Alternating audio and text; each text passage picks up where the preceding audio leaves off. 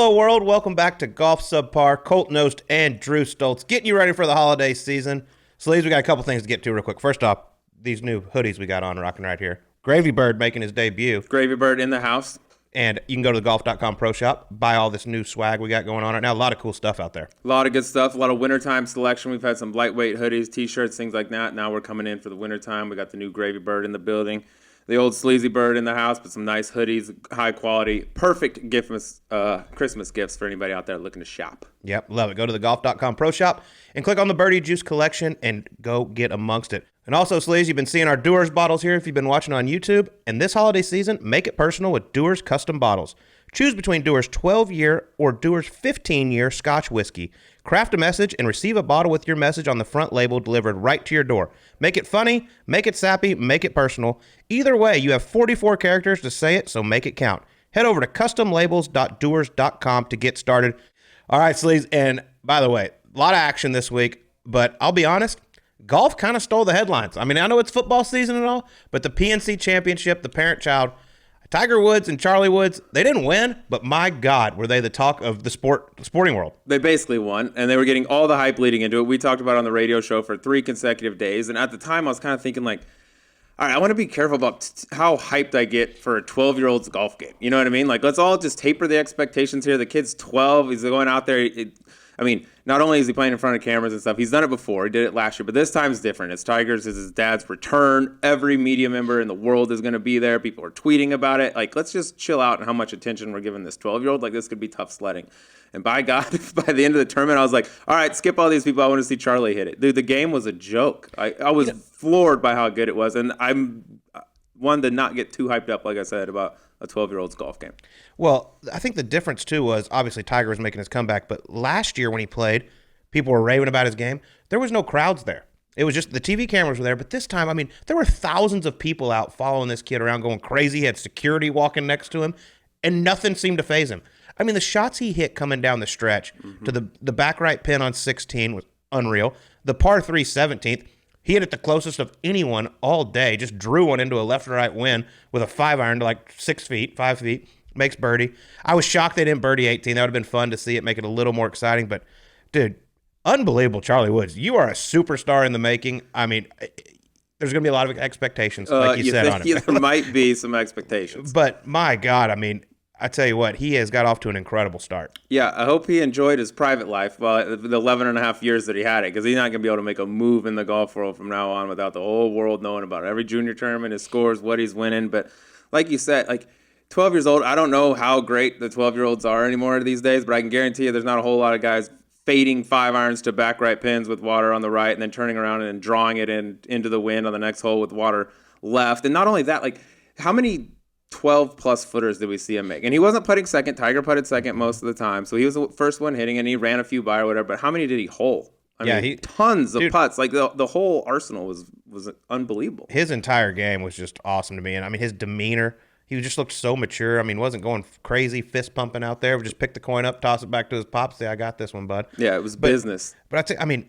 people were talking before the week, like, I mean, he's well down in the rankings as far as, like, junior golf in Florida, which is shocking to me from what I've seen. Does he just not play? I don't know. But, I mean, if you go out, I would have to imagine the next junior tournament he plays in, he's going to have to be like, well, this is easy. There's no TV cameras. There's not thousands of people watching me. This is going to be great. It might also suck. I'm not signing autographs. I'm not getting interviewed, things like that. But, I mean, I don't know. The caliber of golf of 12-year-olds in Florida must be a joke, or else he's not playing anything. And the scary thing is, like, at that age, distance matters so much. There's some kids that are bigger, they hit it way further. It's a massive advantage. As you get older, that starts to all kind of even out. That kid hasn't even hit his growth spurt yet. The golf swing, just leave it alone. It looks flawless, and just let him get bigger. He's going to start hitting bombs out there, and it can be scary. But like I said, he's 12 years old. There's a long ways to go. He's not even old enough to get to all the stuff that can distract you from having a good golf game yet. But right now, shit looks pretty good. I mean, look, here we are, however many minutes in this podcast. Tiger Woods just made his return to golf for the first time in 9 months plus,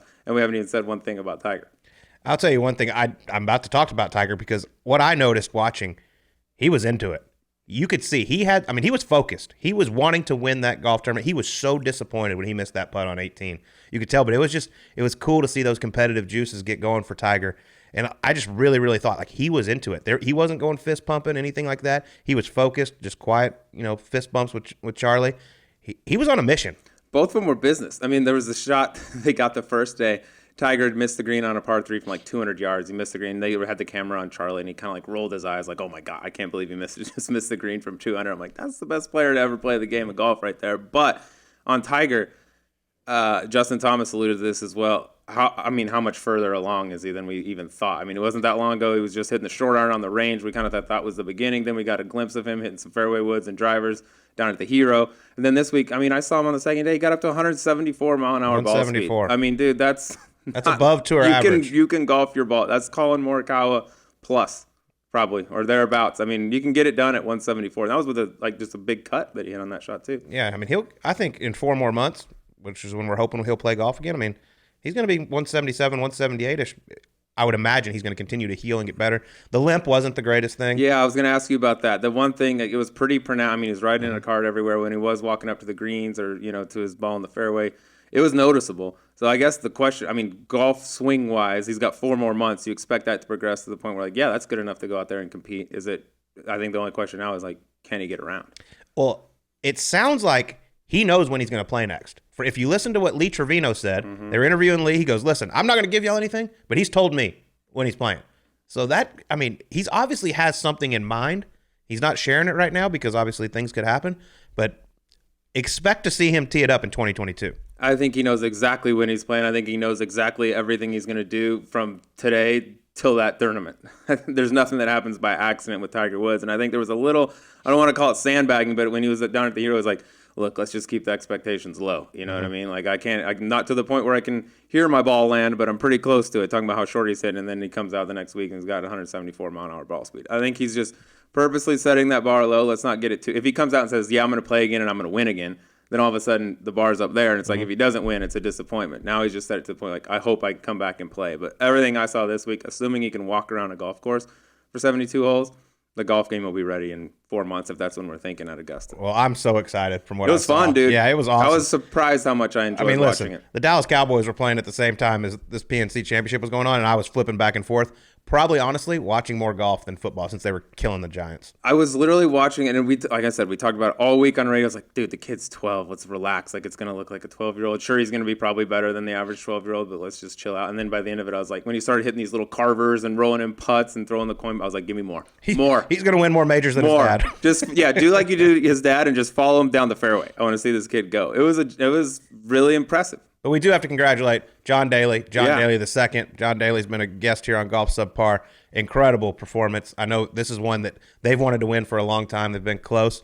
It was really, really cool to see Daly at the top of the leaderboard. It was really cool. I mean, John played well. Little John played well. Little John booms it, by the way. He moves it out there really good. And we talked about it going into the week. Their odds on the I don't know all the kids out there and how good they are, but I know Lil John's pretty damn good. I know John can still hit it and is pretty damn good. They were going 11-1 or something out there, and that thing cashed. 27 under set the scoring record. They played. Yeah, that was really cool to see. Congratulations to John Daly and John Daly II. All right, it's time to get to a very special guest. I know you're excited about this. I've had the pleasure of playing golf with this man, but you're a huge fan of stand-up comedy. Yeah. And this man, Bill Engvall, one of the best to ever do it, sat with us in studio, and it was a blast. Some great stories leading up. I'm super intrigued by this. I genuinely believe it. Playing golf on PGA Tour is a very hard job. It's hard to stay there. There's no guarantees. Standing on a stage in front of hundreds, thousands of people, whatever it is, and just getting up there with a mic and saying, make me laugh.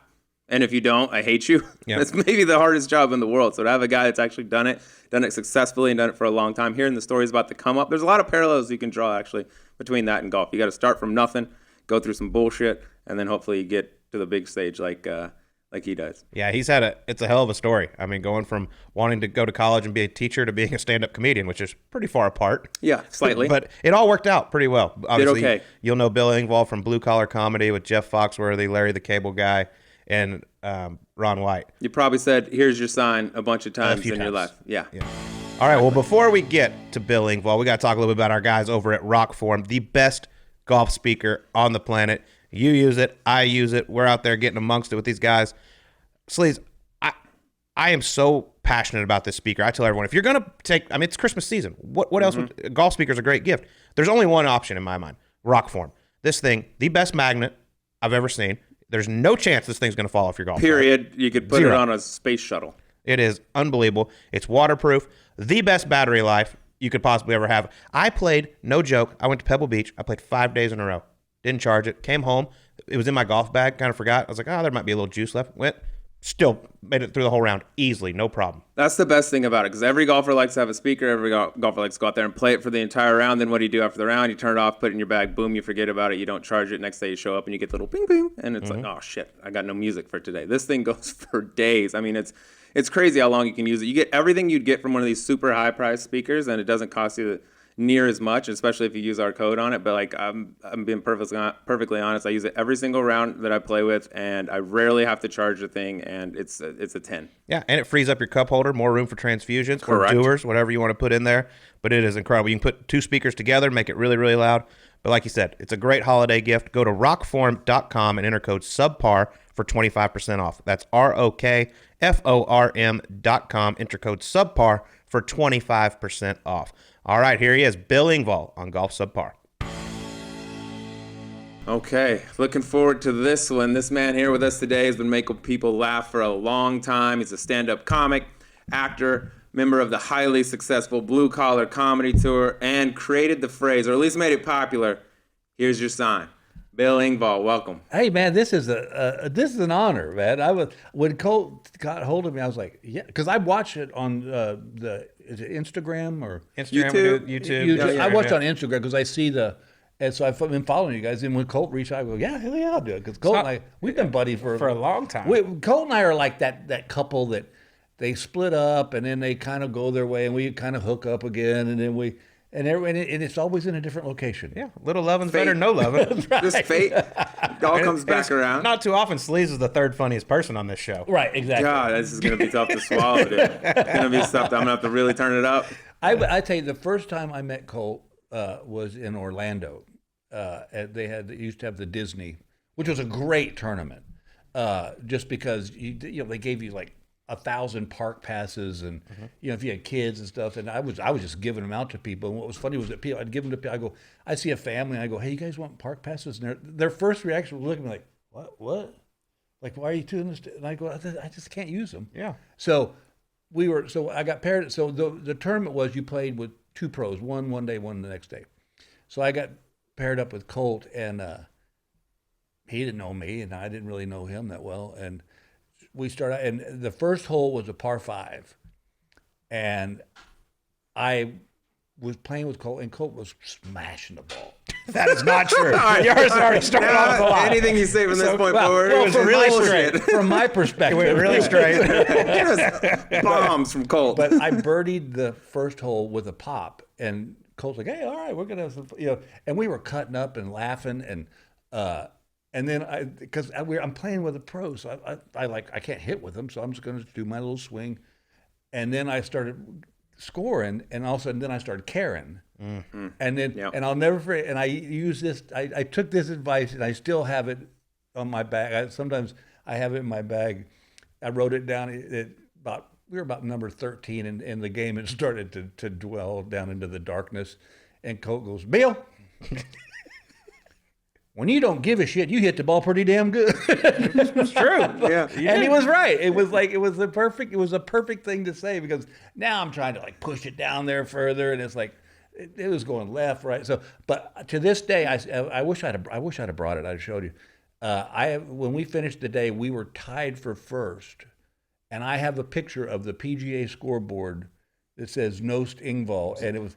And then I got stuck with another guy the next day. I don't know who you went with, but I was like lobbying everybody. I go, "Just let me keep playing with Colt." And they go, "No, we got to switch it up." That's true. I tried to as well. That was the last time my name was on the top of a leaderboard. Yeah, there's a short list of guys that lean into that you want to get, and then there's some that just couldn't give 2 shits. The other guy in our group, Mallinger, nobody really wanted to play with him. Oh, Mal, that's a tough one. They can't all be winners. You got at least one. I will tell you a funny story.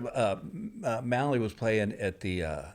It's been so many things now at Riviera, and so Mallinger played out of Virginia Country Club, where we belonged, and him and Cook and Cantlay was just a little kid at that time, and so I had no Mallinger. So we're walking around and I think you were playing in Riviera. It was Better been Thursday, Friday. I didn't play many weekends there.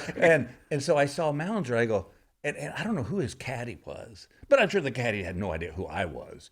And I saw him. He was like just like about a half a fairway away. I went, "Hey, Mally." He goes, "His name's Mallinger." I'm like, "Oh, okay, okay." Johnny, control your people. Yeah, no Take kidding. yourself so seriously. Like, all right, I'll just sit here and watch. I love it. Let's talk a little bit about your golf game. Okay. First off, did you start young? When did you get into it? How is it? You know what? Okay. So we lived in Winslow, Arizona, which if you've never been to Winslow, you haven't missed much. Isn't that in a song? Yeah, Take it yeah. easy. It was an Eagle song. Yeah. Which, by the way, they weren't in Winslow. They were actually in Flagstaff, but that Flagstaff didn't fit into the song as well as Winslow did, so Winslow just took it. And so I learned from. I just took my dad's club. I'm left-handed and he was right-handed, so I just taught myself and picked up really bad habits. And then I really started taking it more seriously, I guess, probably 15 years ago. Or however long it's been, it may be longer than that when we play. But I really started trying to work it because I love golf. There's something about the sport. If it was any other sport, I'd have quit because it's just not worth the frustration.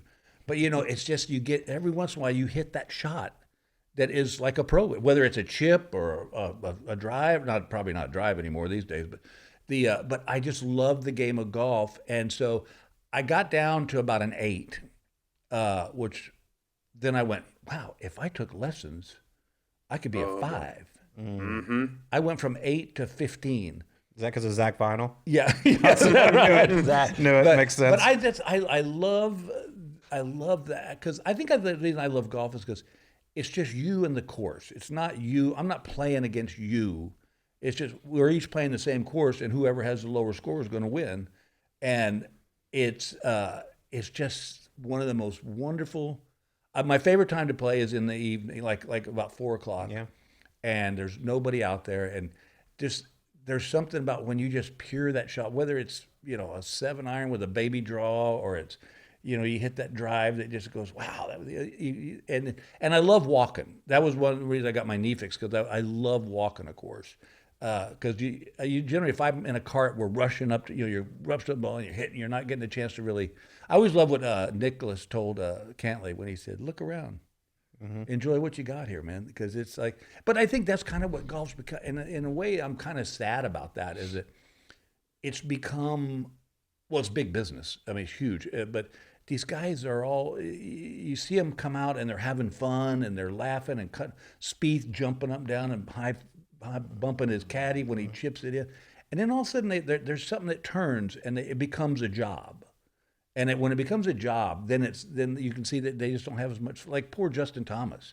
I mean, I think, personally, I love the guy, love him. Mm-hmm. But I just think he got into his head and that this is a job and he stopped having fun. I tell you what, we joke about that all the time. Like, since I quit recently, like the first year after I quit, I would text my old swing instructor and be like, God, man, I'm hitting it so good. This game is so easy now. He's like, because you don't care. Right. You don't give a shit. He goes, I wish you would tell my tour players this. But it's so hard as a tour player to play and not care. Well, no, and by the way, my friends call me the best second ball hitter on the planet because I can shank a ball out of bounds and then drop another ball and be perfect. And so he goes, and my coach said, Dick Hyland up at DC Ranch said, it's because you don't care. Exactly. He said, you got to get that thought. Yeah.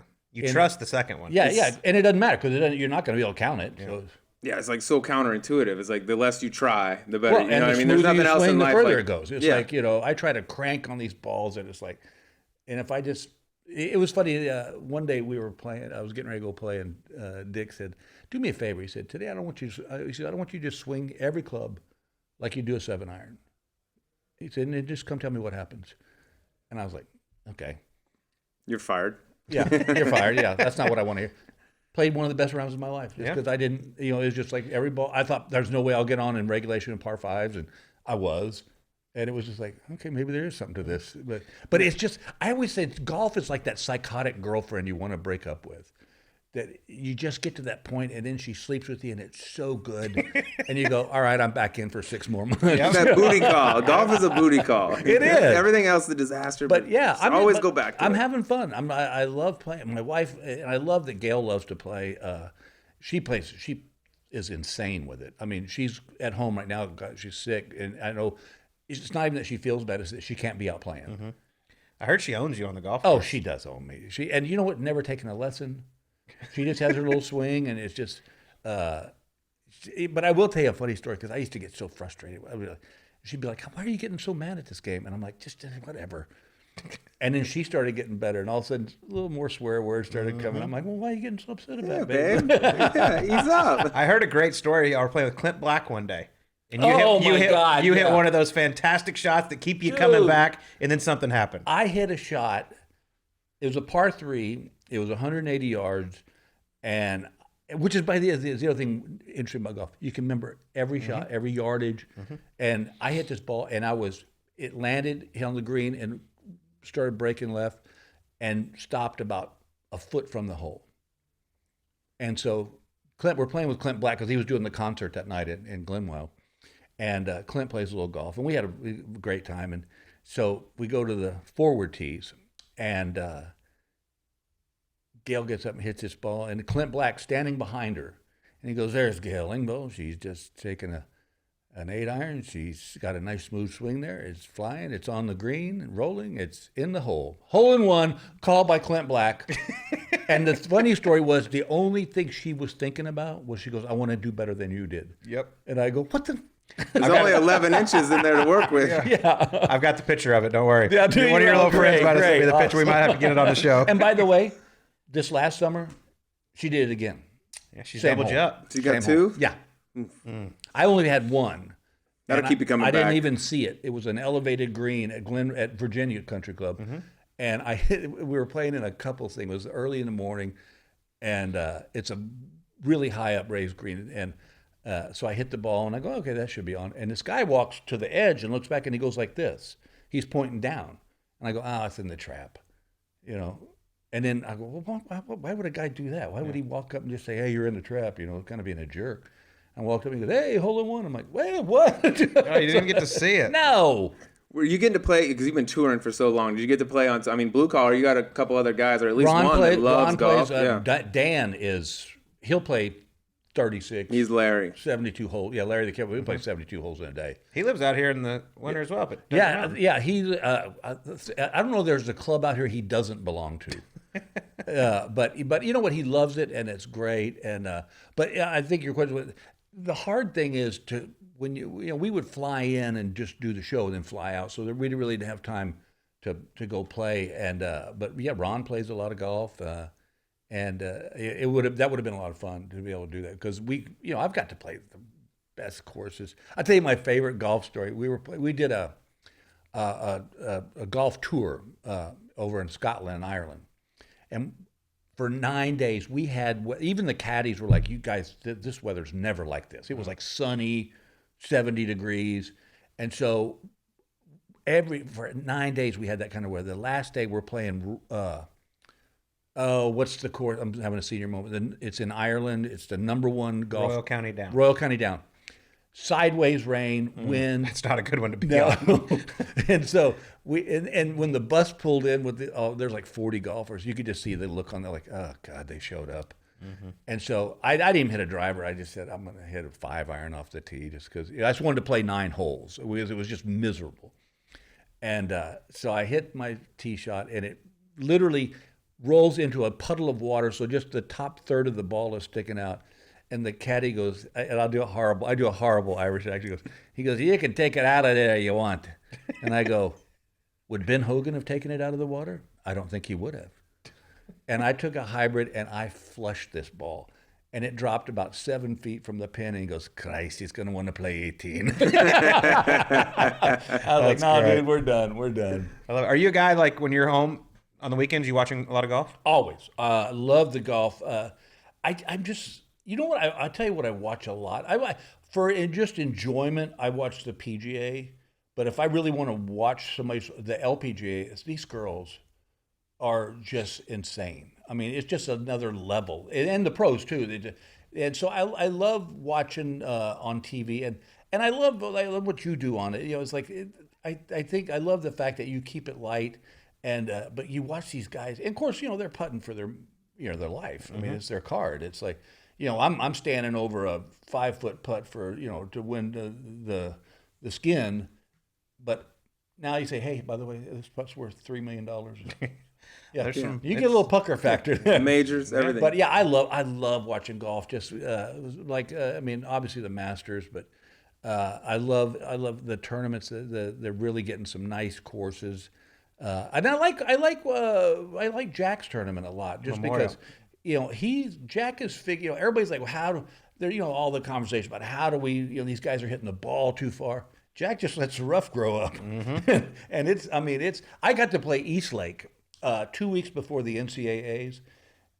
Dude, if you hit the ball 6 inches off the fairway, you couldn't find your ball. Yeah. I mean, it literally just would drop down. And of course, then there's always the kid that was caddying for us. He goes, they play this par 5 as a par 4. I'm like, you know what? I don't really need to know that. But this as a par 6. Yeah, my favorite was when we were playing golf one time in Ohio, and somebody said, we hit the ball. They go, Nancy Lopez hit it from this tee, and she's about 600 yards past y'all. Perfect. Thank you. When you're watching your Texas guy, who do you root for? You got guys that you pull for more than others? Yeah, I mean, Spieth, I really like Jordan a lot. But it's funny because all the guys I grew up with now are on the senior tour or they're done. It's but I still like the Spieth's one of my favorites. I just love I love his game because we're a lot alike in the sense that it's just nonstop talking to yourself. I mean, if you watch me play, I'm just talking. Okay, I got to get. If there was 144 Spieths out there each week, I wouldn't have a job. I would do nothing. We don't need commentators. Right. Now, so let me ask you, what's your favorite course you ever played? Ever? Ever. Well, I played Augusta a few weeks ago, so that's probably up there. I got to Ever play heard of it? Yeah. All right. So I bet he's played it more than I have. No, I did play it, but I'm gonna tell you this is my favorite golf story. So we're playing Augusta. It's 2 weeks after the Masters. All the signage is still up, and I'm playing with Ozzie Smith, the Hall of Fame shortstop. And we get to number 12, and I'm playing okay. I was really amazed by Augusta. From the member tees, it's not that tough a course. No. It's big, wide fairways. The greens are everything that you see on TV. For those who are listening, it's like putting on glass. And so we get to number 12. It's that par 3 over Rays Creek, and the caddy goes, let's hit a 6-iron. So I said, okay. And I was, I'm in Augusta. I'm not even thinking golf really. I'm just, which sounds weird, but it's just so beautiful. And I hit this ball, and I swear, as soon as it left the club, he goes, "Oh man!" I'm like, "What?" He goes, "That is tracking. That's tracking." And I'm watching it, and it is. And it hits on the green. He goes, "There it goes. There it goes."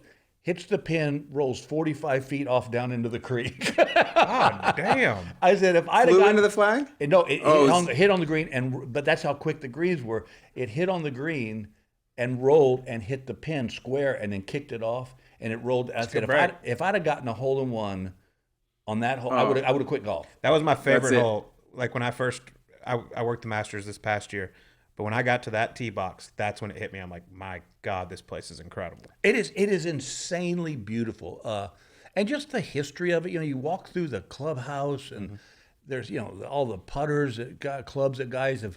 But it was interesting because we had I played with a member, which I think you have to, and I was peppering him with questions, and he was deflecting them left and right. But Ozzie Smith had one of the funniest lines. The guy was. Do you remember when Louis Oosthuizen got the double eagle? Yeah, Number 2.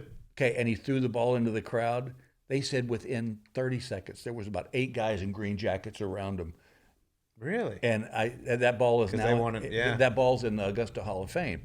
And I said, well, what happened with what they give the people? And Ozzie goes, I bet they didn't pay for Masters tickets ever again. That's a good point. It'd be a hell of a deal. I was actually on property. That was the only one I've ever been to, and I was out there on 12T, 11 green, watching there, and we heard it, and no one knew what was happening, obviously, because you're not watching it. And then they got the scoreboard right there. A guy walks over, goes to Louis, and drops it 3, and like everyone then freaked out. Yeah, out there, it was crazy. It's funny because when you watch it on TV and you hear the roars and stuff, but that's one of the beauties of Augusta is you can't really see unless you're right there, and so it's that anticipation, like what. And there's no like jumbotrons with playing anywhere. No. It's not, And there's different roars, like there's Tiger Roar, the other roar. This was early. The leaders had just teed off, and that happened. And we were like, "What? Something weird just happened." And they came over. It's the only place where, as just a golf fan, if you do get the chance to play it, or even if you're just out there watching, you remember all the shots that guys hit. Oh, I from bet. certain Sure, places. yeah, Like, yeah. I remember I was telling him today, we were talking about the Masters on our Sirius XM show, and I said I got to 18, and I remember the year Jordan won, on Saturday, he hit it way right up in the crowd on his second shot, and the pin was back right, and he flopped it to like 2 feet. And I remember Jim Nantz saying, "This kid is incredible." And I looked from where he hit that, and I'm like, "Holy hell! Like, Yeah. how did he do that?" Like, Well, or Bubba's shot out of the trees. That's just not even like. No, it's like- hard to even fathom that. yeah, it fills out of the pine Yeah. straw. Like the fact that he took that chance is just it's Well, crazy. you know, and it's interesting. You guys know this, but like when we got to 18, you know, we're just playing from the member tees. The guy said, "Come on back here. I want to show you where the pros hit from." It's like y'all. For those of you, it's like hitting through a door, like a door jam. And then he said, "Now add 10 people deep, 20 people deep." Yeah. And you can't feel your hands. No. Yeah.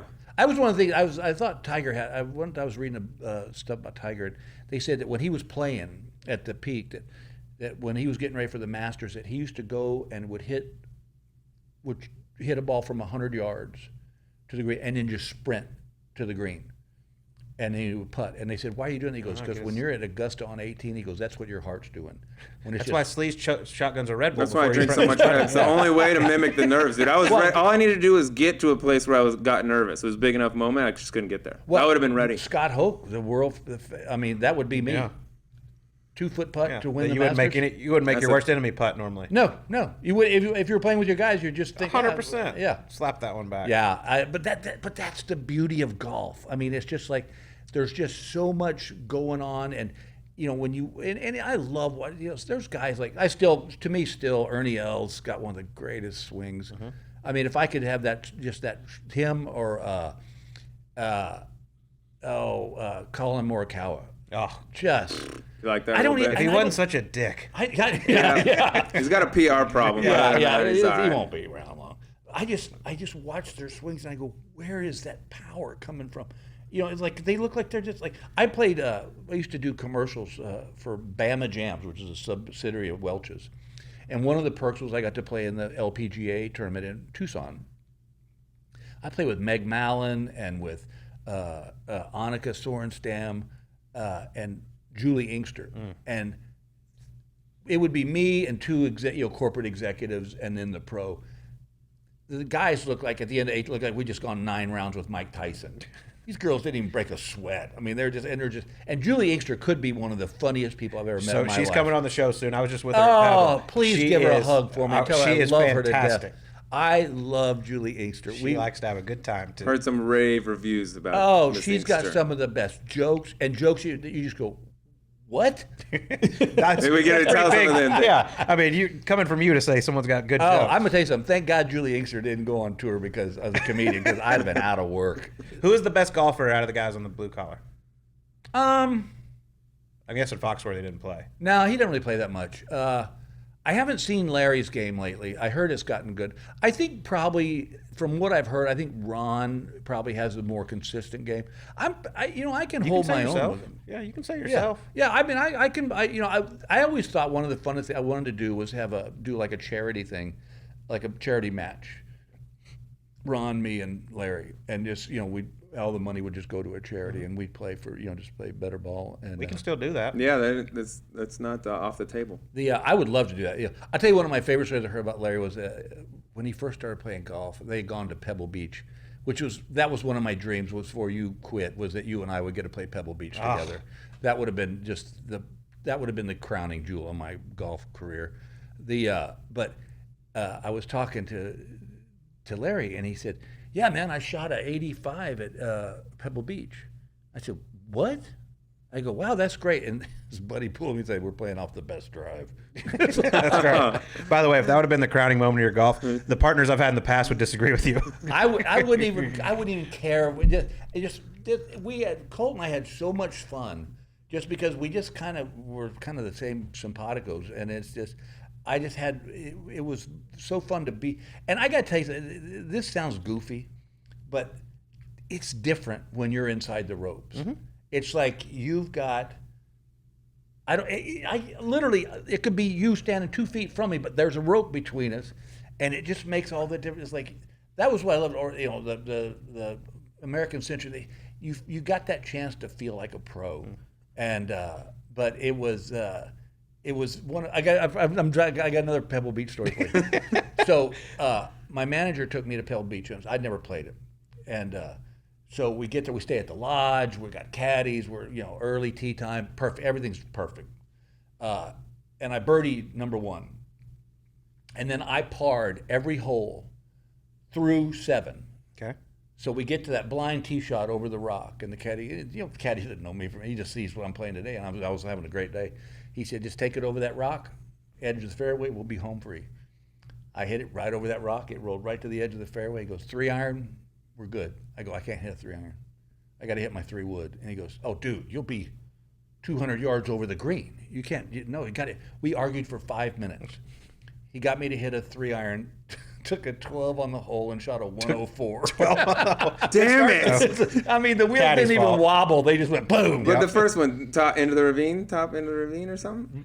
3 or 4 of them into the right down where Could it have drops. just peeled a little 3-wood. I could have. It's a chippy 3-wood. It's not a full I knew 3-wood. what I needed to hit. Yeah. That's like, I was like, why Long's am I- not You real don't good know on my the brain. game, but let me just peel the 3-wood. Yeah, let me just do. I got this. I can back it off a little bit. Well, I know we Exactly. could talk golf all day, but this is you're the first comedian we've had on this show, and I know Sleaze is dying to get to because you say you want to be a golfer, he wants to be a stand-up comedian. I think it's the hardest job and very few people can do it at a very high level. I think it's the toughest thing in the world. See, I got to tell you, I agree with you, and I think Rodney Dangerfield had it summed up just in his bit of, you get no respect.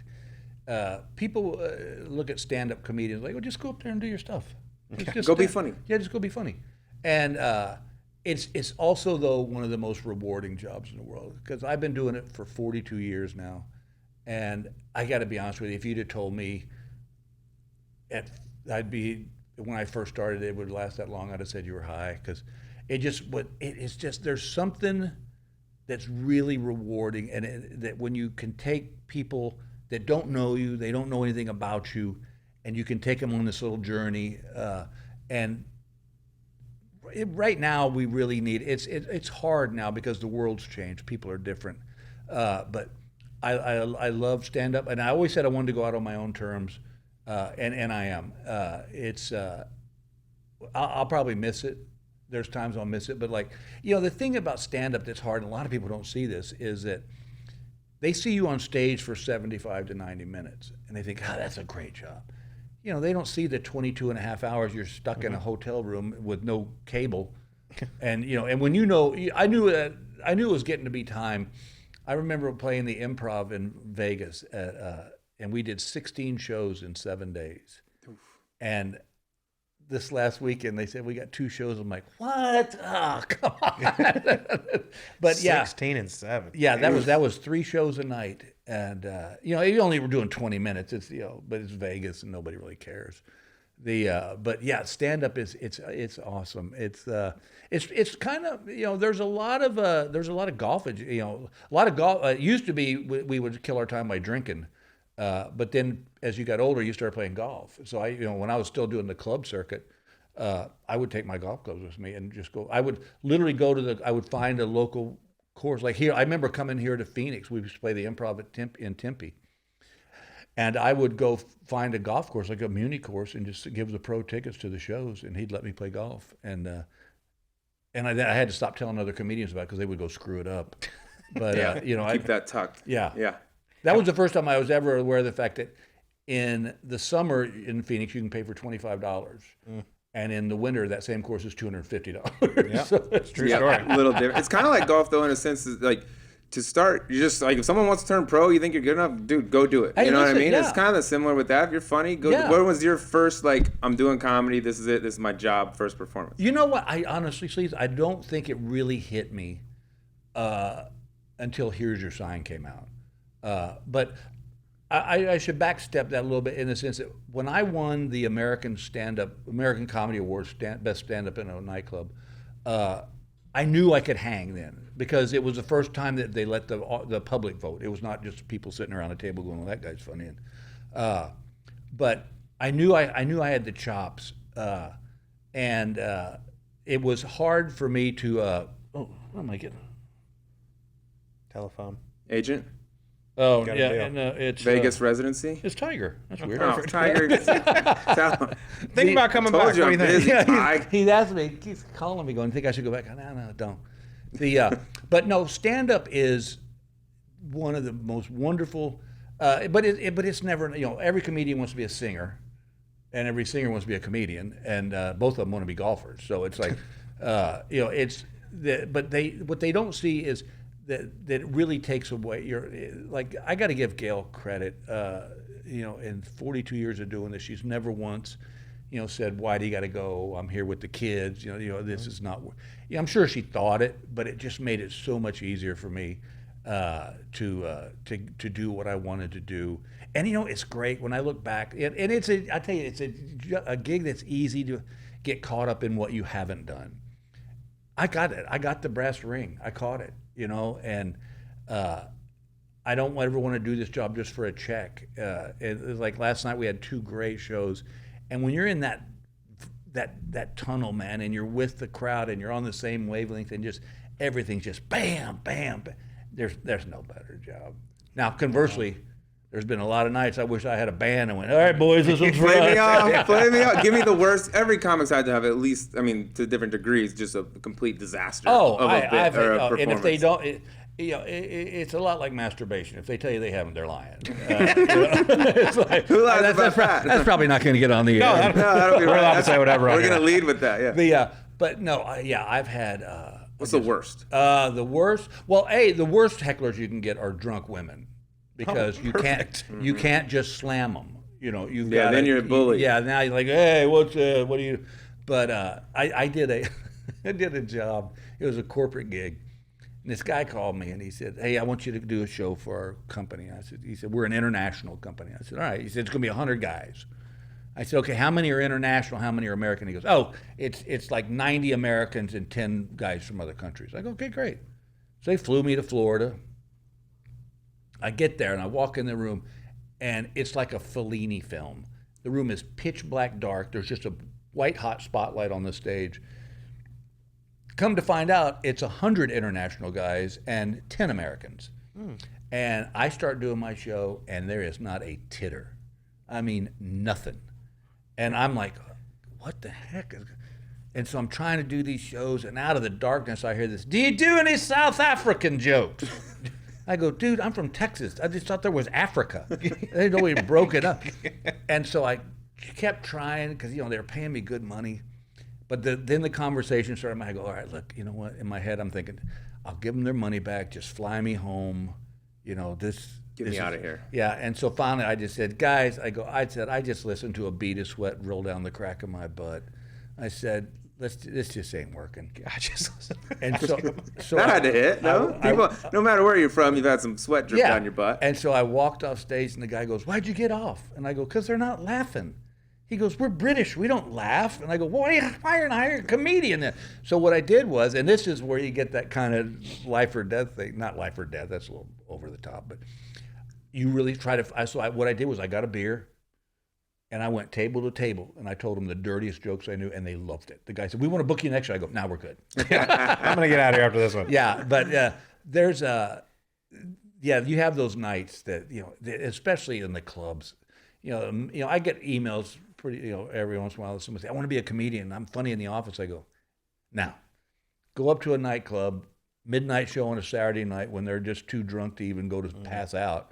And if you can make those people laugh, then you can do it." But, I think right now comedy is starting to make its comeback because people need it. They need that release and that laughter, and it's great to be able to give that to people. Where did obviously everybody knows you for Here's Your Sign. Where did that all come about? Well, the bit used to be that I said I thought stupid people should be slapped, which I still believe. Stand by that. Yeah, stand by that. But one day, Gail was, she's always looking out for me. She goes, "You just don't look like the kind of guy that walks around slapping people." So I'll never forget it. It was like golf. I was in Omaha, Nebraska, working the Funny Bone Comedy Club, and you were there for like 6 days, so you had time to work on material. And I came up with this idea of a sign that just said, "I'm stupid." And that whenever somebody did or asked something stupid, you just give them a sign. That way other people wouldn't rely on them. They would say, "Oh, sorry, I didn't see your sign." And it got hugely popular to the point that I would, this always made me laugh. I would sell after the show little paper signs with string on them, and it said "I'm stupid," and I'd sell them for $1 a piece or 2 for $5. 2 for $5. What a deal. And you would be amazed at how many people Take 2. 2 for $5. That's a good deal, right? We could use 2 right about. I got a $5 in my pocket. Yeah, but the thing was, and it got that's what got me to where I'm at. That got me to be a household name.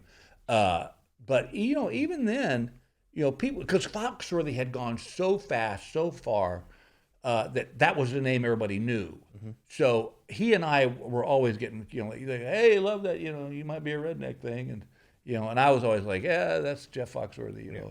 And I said, Jeff, do you ever get people asking about Here's Your Sign? He goes, all the time. I go, what do you tell me? I go, tell them thank you. Go with it. But that's where that was the golden nugget right there, and and I wasn't trying to write something. I didn't, but like it became the where's the beef of the '80s. It was like I remember being in it the first time I was in a grocery store, and the clerk, the register girl, was doing something, and she called the manager over. And I was about 3 people back, so it wasn't like I was standing right there. And the manager did something. He goes, here's your sign. I was like, oh man. When people were saying it without me being there or knowing that I was there, that's when I thought that's going to be. That's awesome. Yeah, and it's something like everyone, no matter age, young people, old people, whatever. It's one of those few things right. that everyone can use. It's not what's funny controversial is when Foxworthy and I had the same manager, and he had was in the stratosphere, and so we were going to release the first album. We were going to call it Here's Your Sign, and so all I'd seen was Jeff's work. I was like, oh man, here we go, baby. We figured they're rolling the money. We released Warner Brothers released the album, and the first week it sold 100 copies across the country. We sold 1 in Hawaii, and I was like, "What the hell? This is supposed to be my skyrocket to." Well, then Travis Tritt and I did the song, and it went from 100 copies a week to 10,000 a week, and it was the song was #1 on the country charts for like 15 weeks or something like that. And a funny story about who we unfortunately lost him last year to COVID. Joe Diffie was the first guy I went to sing the song, and he said he went to his record label people and they said, "Nah, you don't want to be a part of a novelty song. You got a career." He said that thing sat at #1 for like 13 weeks. Every time I saw that record label president, I go, "Hey, good call on that novelty song there." Yeah. You're fired too, along with my golf teacher. Yeah. So, but yeah, it's been this word gets overused, but it's just been a blessed career. I mean, and trust me, I've tried to do everything to derail it. I think it's part of like when my golf game is like just when it's going good, go down, push it really hard, So, but I always tell people if you want to do stand up, do it. It's a blast. Even dying on stage, some of the funniest stuff comes out of stuff when it's not going right. But I tell you, like when we did Blue Collar, that was the most. I mean, I tell people, I go, imagine you're on tour with 3 of your buddies, you're selling out arenas, and they're throwing stupid money. I go, it doesn't get any better than that. No. I mean, I remember one night we were in Nebraska. And we had all come from different parts of the country, so everybody had a charter jet. And for whatever reason, the promoter got 4 limousines, which was silly because we all rode together. But that week, we all had our own limousine. And after the show, we drove back out to the airport, and each limo peeled off to a private plane. And I remember looking at Foxworthy going, this is as close to rock and roll as we're going to get. That's man. It. We held the record for selling out the Nashville Arena in 24 hours, and then Bon Jovi beat it, which I said, that's 2 words you'd never hear together. Yeah. Blue Collar and Bon Jovi. Yeah. That is damn Bon Jovi. That thing was a rocket ship. How did the Blue Collar come together? Well, they had done the Kings of Comedy, which was a brilliant idea. And Jeff and I, and our manager were together, and we just kind of thought, what about the other people? Because the Kings of Comedy was a very specific audience. Even though I loved it, but it was geared to their people, and so we had Middle America, and there was nothing really for them. And I'll tell you an interesting story. We said we're going to do 10 shows, see how it goes. And the first show was supposed to be in Orlando, of all places, and for whatever reason, the gig didn't go off, so we moved it to Omaha, and we sold 9,000 tickets in one day, and months later, we went back to Orlando, and it was our lowest selling date. And if we'd have started in Orlando, it probably would never have gotten off the ground. Wow. Yeah. But it was, I just never forget it, that people would just line up, and I would, before each show, I would walk out in the middle of the arena and just look around and just go, this is insane. It is insane that here's 4 guys who were, free drinks at a comedy club. And now here we are selling out these arenas, and people, like, especially with Larry, just to watch the kids dressing up like Larry. And, like I remember a kid came Get Her Done. I mean, to this day. It was, and you're happy for, and then we did Blue Collar TV, which was a great show. We wanted it to be like the old Carol Burnett show, this kind of sketches and stuff.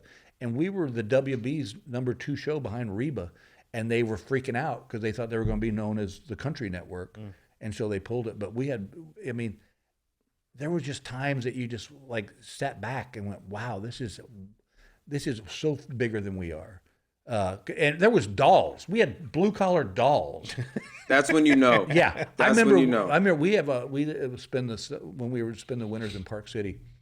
There was a 7-Eleven just down from the house, and I would go down there and get a cup of coffee and a paper. And I walked in there one night, and there was the Bill Engvall doll laying on the counter, and the Indian guy behind the counter. I go, oh my God, look, that's my doll. And he goes, $7. I go, no, dude. I go, that's me. He goes, $7. I don't know who you are. That's $7. I'm like, of course, it didn't look anything like me. It looks like a cross between Robert Goulet and Frankenstein. It was like it's like a generic missing person. But yeah, just the fact that people had doll. I get to this day, people will bring the Bill Engvall doll to sign, the box, and then the Here's Your Sign was what got me my own show, which was that's the holy grail for comics. It's getting your own show. And we had Jennifer Lawrence, who we gave her first job. She played my daughter, and things worked out good okay. For her. Yeah, she's doing all right. She owes you everything. You launched that girl. You know what? God bless her heart. When she did Winter's Bone, and for about the first 3 movies she did, she gave me credit, and I said, and she's I loved her because she's Kentucky. She's just a basic girl, and I think that's why Hollywood ate her up, just because she wasn't that typical. But I can remember. I remember we shot the show on the CBS Radford lot where they shot Gunsmoke and Gilligan's Island and all that, and like the exterior shots from my house was the Cleaver's house, and I remember standing there, and they had these big gigantic doors that they would roll open so the crew could get all their stage stuff in, and it said the Bill Engvall Show, and I just remember sitting there looking and going, wow, this is insane. Yeah, that thing, I mean, to this day, you got Get Her Done, Here's Your Sign, You Might Be Right. Like, people still use that. All the it's time. been, what was the last year y'all, that's been 2000. 20 years ago? Yeah, it's like early 2000, Yeah. starting 2000. I just was driving over here listening to the country station, and they played the Christmas Here's Your Song sign. It's like it's going to be like Grandma got run over by a reindeer. It's like... You and Mariah Carey. Yeah, Never a shake lot you of two. people make that mistake. Yeah. It's... Go ahead. I got one just like this serious like comedy. You said like I feel like comedy's making a comeback and people need it right now. But then if you look at it, it's like the cancel culture and PC. Like I look at what's going on with Chappelle right now. It's like for a long time comics could kind of press the envelope, and now it's like you say something people don't agree with, they're coming for you. Does that make it harder for everyone? Yeah, well, not for me so much because my stuff's yeah. so You guys were pretty clean. But that Chappelle special wasn't any different than the ones he's done before. I love Dave. Dave makes me laugh out loud. Yes. And I just felt bad for him because you're right. He got caught up in the, people. I don't know. I don't understand what the end game is for people. I don't know what they're hoping to get by being this way. It's obviously not working out. So why do you keep, It's to ruin somebody else, I guess. I think it is. It's like they want to see you succeed, but they also want to see you fall. And I think a prime example is Tiger. Here's a guy who had pretty much alienated everybody in golf, including fans.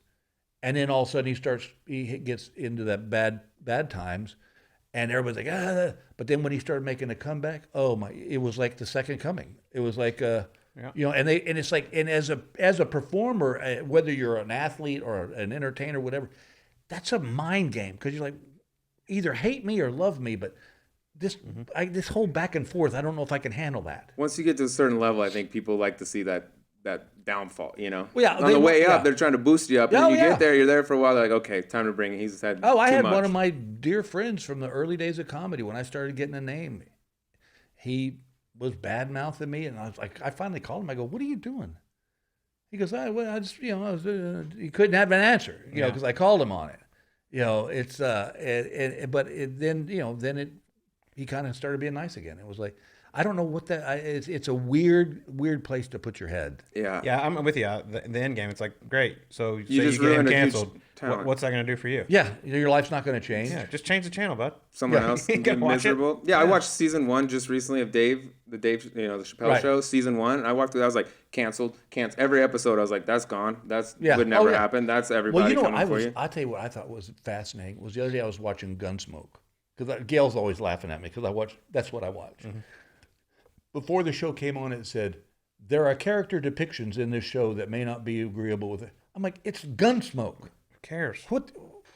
It's like, but everybody's so scared now. They're so worried that if you say one thing, it's like, and luckily I've avoided it because I don't play that game. It's like, I don't want to, there's no reason for us to get into this with you because I'm not going to play your game. If you find my stuff offensive, walk out. I don't care. But don't sit there and go, oh. Yeah. I feel like that's the logic for most people. It just doesn't seem to play out I that had way. one guy, I finally told one lady, I said, ma'am, let me ask you a question. I go, if you're watching a movie on TV and it sucks, do you just keep watching it? Yelling at the TV? No, you change the channel. Mm-hmm. So let's change the channel. There's the door. Yeah. Beat it. Yeah. But, keep watching it and then email somebody and tweet about it. Have you had to throw quite a few people out of shows? No, knock on wood, because I don't interact with you. I don't say, hey, where are you from? What's your name? Blah, blah, blah, blah. Mm-hmm. And at this level, you don't get them as much because now the club, you get the drunk, and generally 9 times out of 10, it's alcohol. It's just they've had too much, and it's you'll get them once in a while, and I just treat them like kids. I just go, shut up. Yeah. It's like I'm not going to be cute with you. I don't have the wiki come back. I just like, shut up. Tell me this: the guys on the Blue Collar Comedy Tour. You're finishing the show. You go to the bar. Who shuts it down? Ron. I figured that was the answer. Thank God. I was like, if it's not Ron, we got a problem. No, it was. But like I said, we didn't really do it that much because we were always going. It was But and I would be probably second. Mm-hmm. But the problem, not the problem.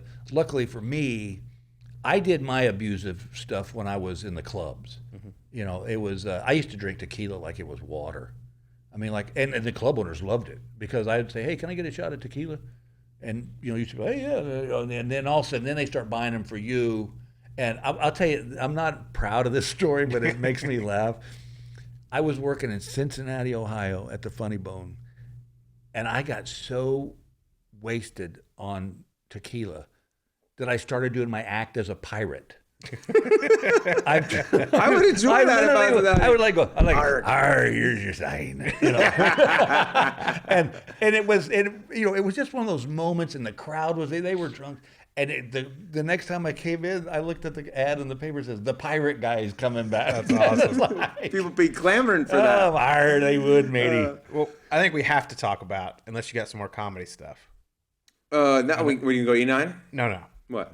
First, we have to get to the Dancing with the Stars. I actually have that in my E9, so I need to tread lightly. Yeah, this will tread lightly, but okay. First off, it's 2013. Yeah.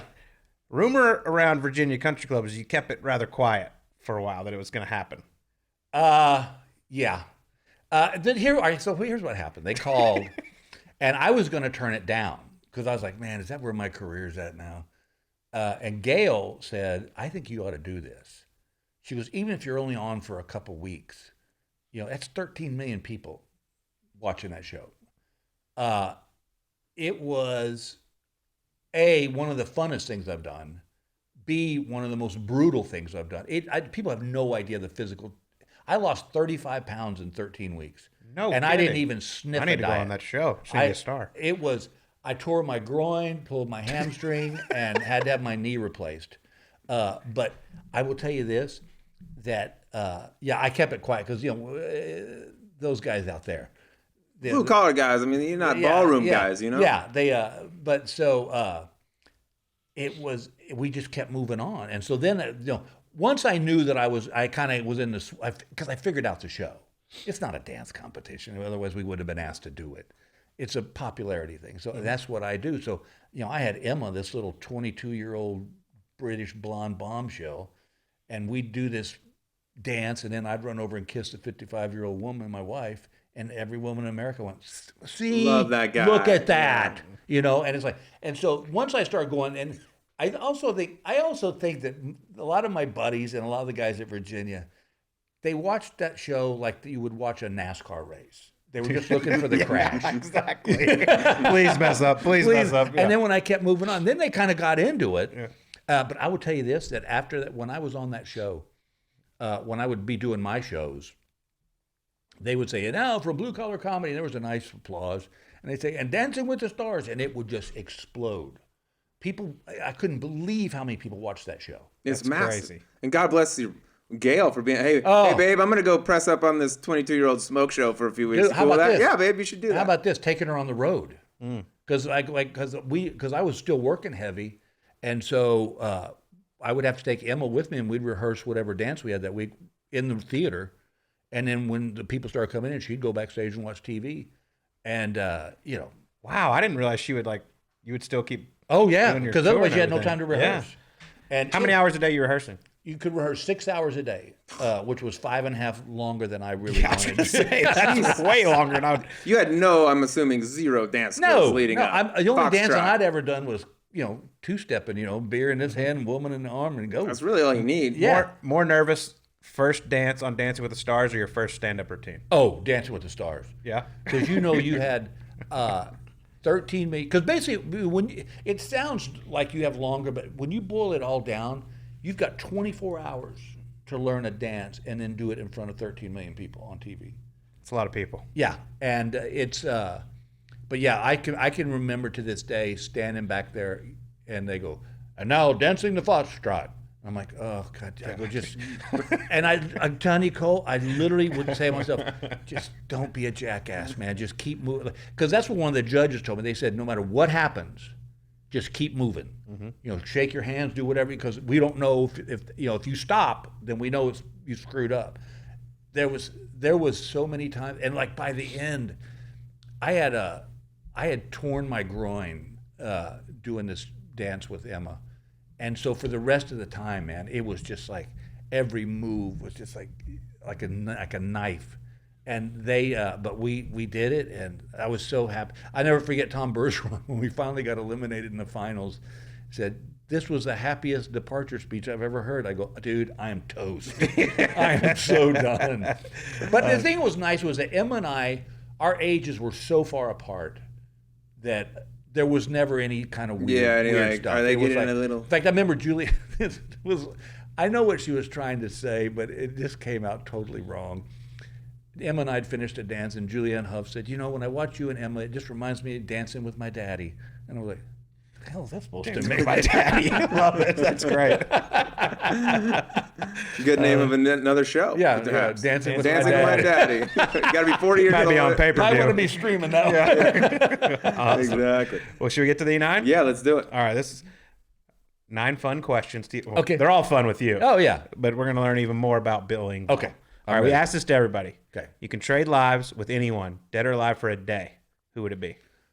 Oh, wow. Kevin Hart. Really? Wow, because I'm in the same industry. I have so much respect for him. He's got to do everything. He's the movies, his stand-up, his sells out arenas. And he's just a nice guy. That is awesome. And you get to do a shitload of commercials. Do a shitload of commercials. He's living La Vida Loca, and if I could have one day of that, I'd love it. Flying a big plane, too. Big old plane. I'd be a G4. Meet the Rock. Yeah, Meet the Rock, hang out there. Oh, yeah. How much? 20 minutes? Okay, yeah, I'll do a movie. Yeah, I'll do that. Cool. Right after my credit card commercial. Yeah. All right, that's a good one. No surprise by the same industry. All right, next one. You're talking about you guys all flying in 4 planes, 4 limos, all that. So I know there was something going on in terms of in the green room, you all got like a rider. Here's what I need in the green room. Who had the longest rider of all the Blue Tar? Actually, we were... People were always wanting to get backstage. Like, can I get backstage? And I go, dude, this ain't Aerosmith. Yeah. We literally had a plate of cube cheese and fruit. That's was it for the blue collar guys? That was it. No Bud Light? No, and we get Kentucky Fried Chicken to take on the plane. Oh, I read a thing that Larry needed 50 like Hooter style buffalo wings and a bunch of. That was skull. Ron loved his wings. So it'd be stuff. But Just basic stuff. Yeah, but it wasn't like there was a table full of them. And I tell you that one of the coolest. We did a show in Seattle, and the guys from Deadliest Catch, one of the guys came to the show and brought us crab legs that were like 3 inches across. I mean, just like thick. And we chowed on crab legs and beer that night. So that's just dudes hanging out like what you have for a football game. Yeah, low key. That's blue collar. That was us. That really was. And I think that's what made it successful, was that we weren't what you would think. We were just guys that just like all of us were just like amazed at what was happening. And, and we were digging it, and we were going to ride the ride as long as they'd let us go. Yeah, it felt just like 4 dudes. Like when y'all do the thing at the end where y'all pull it up and just tell favorite, jokes. Like that felt just like these are just 4 funny dudes. I watched one of those bullshitting. last night. I love the one about the doctor giving the bad news and the worst news. Yeah. Oh, yeah. That's greatness. Bad news is you have 24 hours to live. What's the worst news? I forgot to call you yesterday. That's greatness. So simple and so effective. That was us. Everyone could laugh. The dumbest jokes. All right. Well, obviously, Augusta National is the holy grail of golf, the golf world. What would be the Augusta National of the comedy world? Like, what is the improv venue or some venue that is just the ultimate for a comedian to perform in? Wow, these are hard. There's so many of them that are really good. Or maybe what was your favorite? For me, playing the Greek. Yeah. Playing the Greek Theater in L.A. We did Universal Amphitheater, we did the Greek Theater, and we were supposed to do the Hollywood Bowl, and I would love to have done the Hollywood Bowl and just say that was it. But I think for me, I really, actually, you know what? I take that back. I would love to play the Hollywood Bowl, but one of the best shows I had during the whole tour, and Ron will back it up, was in Houston at the Arena Theater. It was in the round, and I remember Ron, because Gail had a medical emergency, and so we had to flip flop. So I went first, and because I had to get on the plane and go. And it was one of those shows that just everything was hit right on the head. And Ron looked at Larry and said, I ain't following him. But that was, the Arena Theater in Houston was one of my favorite. That was probably one of my best shows. That's awesome. Sidebar question, this is not one of the Unites. If you were writing an hour, you got a show coming up hour, it has to all be original material, like new material. How long does it take you to write it? An hour? Yeah, if you had to do an hour, like you're going on tour. It'd be a couple of years. Yeah, it's a long couple of years. Wow. Yeah, just huge. Because, I mean, I could fake it, but to really be what the level that I'd want it to be at, it'd take me a couple of years to write another solid. And then go like improv or like work it out. And, yeah.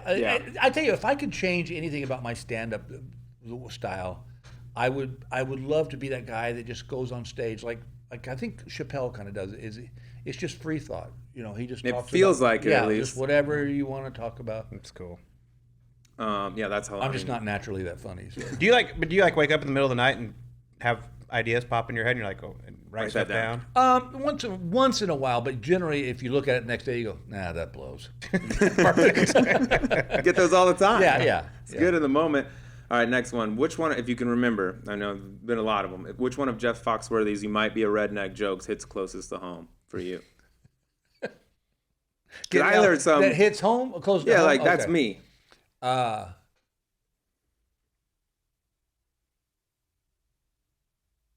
gotta think about him. Probably when he said, "If you've ever mowed your yard and found if you've ever mowed your yard and found a car." Yeah. That would be, because I hate doing yard work. There's some of those. All my family from the South, from Arkansas. There's like every 1 out of 3. I was like, "Yep." One night, I wish I could tell you all these, but one night, it's a great teaser. One night we were backstage and just having a blast, and we started to come up with "You Might Be a Redneck" that he could never ever do, and some of them were pretty wild. Yeah, I can imagine. I wish we could hear. Yeah, That's the thing. I know. When we're off there, I'll tell you a couple. Okay, of them. perfect. Well, let's just imagine, going back to the blue collar, times are a little hard. You're pinching pennies. You guys have to room together. Okay? Mm-hmm. The hotel's only got one bed, though. Only rooms with one bed. You get to pick who you're going to room with, Jeff, Ron, or Larry. Probably Jeff. Okay, sidebar. Who would you least want to room with? Not because of personality-wise. Probably Larry, because he doesn't sleep. Okay, really? Larry's like one of those guys he'll stay up till 3, 4 o'clock in the morning watching movies, and that would drive me crazy. Perfect. It would have been a great mini tour roommate for Yeah. me. You up at 7? Yeah, I'm going to stay up till 3, 4. I got a new dock. Yeah. Checking out. Before you got into comedy, you're out of college, you were working as a DJ in Dallas, correct? Yeah, well, yeah. Did you have a name? Yeah. What was it? It was Bill Dugan. Bill Dugan. Where did the DJ Dugan Bill come from? Dugan? I don't know. It Just sounded good? Yeah, Doogie. Doogie? Is that what they DJ called Doogie? you? DJ Doogie? Hey, Doogie, play the hits, you bum. DJ That's great. Doogie. I didn't know if you had one. I would go, all right, hey, I'm Bill Dugan, and here's a little Aerosmith. Love it. But What I was was- the name of the club in Dallas? It was the Cafe Dallas. Cafe Dallas. Yeah, which was, I don't even know if that was their one. I don't think that I was was say, you it. ever spend any time? There was a couple nights I did it at the fair, Okay. which was, Yeah. yeah. I know what the fair is. The cafe went downhill ever since DJ Yeah, Doogie. well, the Cafe Dallas was during the disco too. That was a great club to work. That's like Oh the my golden God. era. Yeah, it was. There was nights I don't even remember. You know, they're just gone in the.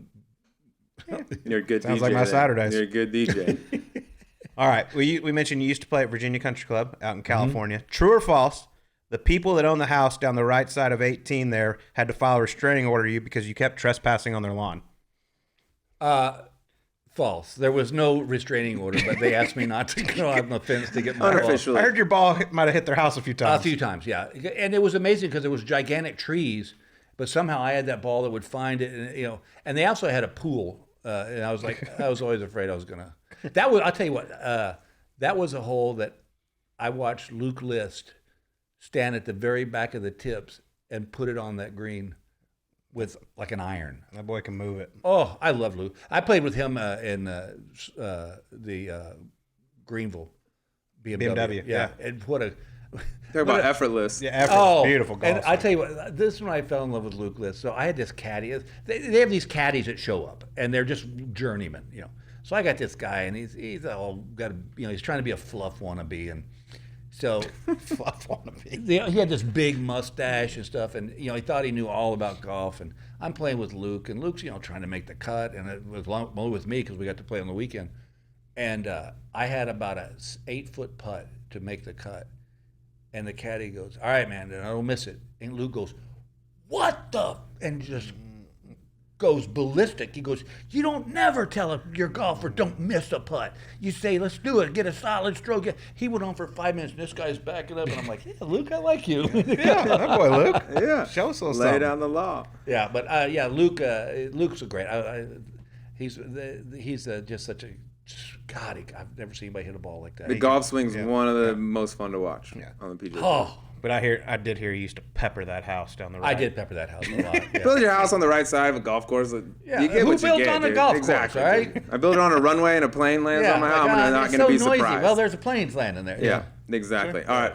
Going back to Dancing with the Stars, Okay. okay? Dig back into that. You All right. sent a young woman home, very well liked around the U.S. Her name was Snooki, okay? Nicole. Yeah, Nicole, exactly. Do you think you're the first guy to ever send Snooki home not in an Uber? See where I'm going with that? Oh, that's good. No, because I have to be. I did? I would love to bash, but Nicole, I actually went in when I was all ready to not like her. She could be one of the sweetest, nicest little girls you've ever met in your life. It's all play. It's all. Yeah, reality ain't Yeah. That's a reality. great question, but- though. You like that? Yeah, no. I figured she's used to going home. Just, normally there's a Civic pulls up to the front door. No, she was great. That's great. All right, we can stay on Dance with the Stars for the last one. Can you please tell us which one of those fancy dance moves you performed down Woody Austin's line at the Disney one year? Did you show Woodrow something? I think that would have been the foxtrot. I heard he was really impressed. Woody was a tough nut to crack, man. I don't ever see Woody just being giddy. No. These He's as advertised. Yeah, but you know what? We had a great time together. We had a blast. So what? Tell it though. Well, because what the thing is, you're sitting on the range with these guys who this is their life, and they don't. Professionals don't have that first couple of duff balls, where you just dig the club in. And so I had a couple of those, and Woody goes, "So this is who I'm playing with." I go, "That's right, man." And I just started firing back at him, and that's what he wanted. If I'd have been mousy about it, he'd have. But I just said, yeah. That's it. I guess that's you. You're the old guy, and I'm the bad golfer. So we ought to just leave now. We both got screwed. And he started laughing. He goes, "Yeah, all right, you can play." Dude, he is unbelievable. He's an interesting one to play with.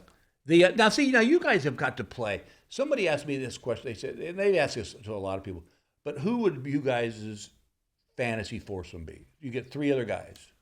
This is going to sound like I'm catering. I actually just did a podcast where they asked me this. It sounds like I'm catering to you just because you're a comic and it was on. But my three were, I picked my favorite performer of all time, Jamie Foxx. I think the most talented dude in entertainment. Without a doubt. Larry David, just one of the, I'd sign up to watch him read the ABCs if he was doing it. And my favorite comic right now is Ricky Gervais. And that was the three answers I gave. So it sounds like, that's great. That's like, I've seen all the golf stuff. I mean, I play with, would I want Tiger in there? Sure. But of course, that's everyone's answer. I've seen the golf stuff. I'd rather see mine was actually this guy, Colt. Wow. Holy shit, God, Bill. Of anyone. Colt, Peter Jacobson, because he just seems like he'd be a fun guy. He's great. He is, yeah. And who was the third one? There was he's a golf guy. Yeah, funny guy. Faraday. Yes, McCourt. Faraday. Oh, yeah. Faraday. Yeah, I think those three would be a fun. We would have a good time. That'd be good. Oh my God. Not as good as Woody. Not as good as Woody, though. But close. I did one of my favorite Faraday lines of all time was they were talking about the speed of golf, and he said, "If 4 hours of golf is too much for you, maybe you need new friends." True. That is the most accurate statement I could ever hear in my life. That is great. Well, Bill, this has been an absolute guys, blast. this has been a treat for me. I always say this: the good ones always go by too fast. I know we could do this for hours, but we really appreciate Thank you coming in. so much, man. Well, if you ever need a kind of drop in, just let me know. Perfect. Done. That's inked. That's binding. That's beautiful. Thank you. Thanks, my man. Thanks, guys. Phil, dude, have a great time. Much, man. Keep it between the ropes. Well, that was Bill Engvall on Golf Subpar, and that interview was brought to you by Callaway. Did you know major champions John Rahm and Phil Mickelson, as well as myself, both play the Callaway Chrome Soft X? Chrome Soft X is incredible through the wind, but still workable. Plus, it delivers amazing greenside action. This thing is soft. It goes forever. There's no better ball on the planet.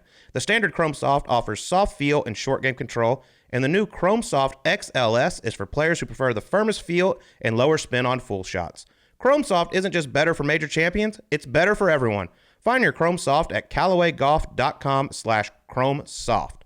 All right, Sleaze, let's break down this Bill Engvall interview. Billy. First off, he started off and he kind of became he didn't have much credit to his interview considering he said that I bomb it right out of the gate when we played together down at Disney. Go ahead. That answers the question I get from some people sometimes. Like, do you guys pay these guys to come on your show? That answer, yes, we pay him a shitload because the guy came out first thing and said Colt is just bombing it. And I was like, okay. I was like, Bill, make me look good, but that's a little much. We got to keep it believable. So like he was hitting it really nicely and stuff. But I mean, what a fun guy to talk to. Loves golf. You got to play with him. Obsessed with it, along with Larry the Cable Guy. I was surprised to hear that they don't get to play a lot of. I would think like that type of a job would be a great job for golf. You know what I mean? Going out and playing golf. You're traveling to all these different places. You're one quick phone call away. Boom, I pop out in the afternoon, go do the show at night. But it sounds like they're just in and out and not a whole lot of golf being played. Yeah, I'm with you. I mean, most of the time when they were doing the blue collar, they were flying private around. Like you said, finish the show, get on the bird, fly somewhere. Like Darius Rucker, everywhere he goes, he goes to sleep after his show. Tour bus wakes up in the parking lot of a golf course and he tees it up. Yeah, I feel like that'd be the way to go. I was a little bit surprised with you, but I had so much fun playing with him. Sometimes those pro-ams, you know, it all depends on your partner. You get stuck with a bad one, you're in for a long day. Well, Bill Engvall was just incredible. We laughed the whole time around. We played with John Mallinger, had so much fun.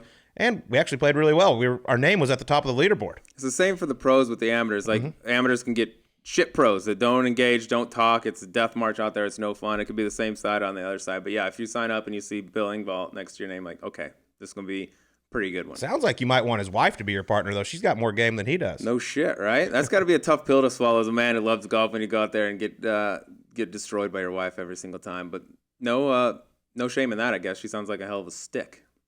Yeah, she is. 2 hole-in-ones to his one. Club champion, all over the joint. She's a big fan of Birdie Juice, by the Hello. way. That's Love kind of this their woman. deal. Any birdie in their group, when his wife's out playing, they take a shot and they call it Birdie Juice. Love Hello. this woman. Love this woman. Also wanted to make sure. I don't know if he knew where to go with the Snooki question at the end. I was like, "Are you the only guy to ever Snooki home not in an Uber?" He's like, kind of just thought about it for a minute. I was like, I don't know. I didn't know where he would go with that, but it was fun to ask. I thought one thing that was real interesting, because I knew you were going to ask him about where comedy is today. Yeah. And like, is it being ruined? And he said he thinks it's going to make a comeback because the world needs laughter right now. And I was a little surprised by that answer. Yeah, I like to ask guys that are in that world about it because, I mean, as you know, even in podcasting, whatever, radio, you say one thing, even if it's just totally, a throwaway comment or whatever, there's somebody that's going to be offended by everything out there. And it's a tough time to be a comic because for a long time, they were the guys that were pushing that envelope and saying the unpopular thing. And now it's like, the guys are coming for your throat at that. Look at Dave Chappelle. I mean, the biggest comic in the world right now. And like, he's not even exempt from it. So their show, the Blue Collar Guys, a little different. It's pretty clean. It's not, it's like you could bring pretty much anybody to that show and you're not going to walk away being offended. So there's a little bit different, but just want to get his perspective on where it stands as a whole. Cause I think it's a tough time, but I do think you're going to see the pendulum swing back the other way and people are just saying, screw this, say whatever you want. I hope so. Because Yeah. we need some laughter in the world right now. And Bill Engvall was one of the best to ever do it.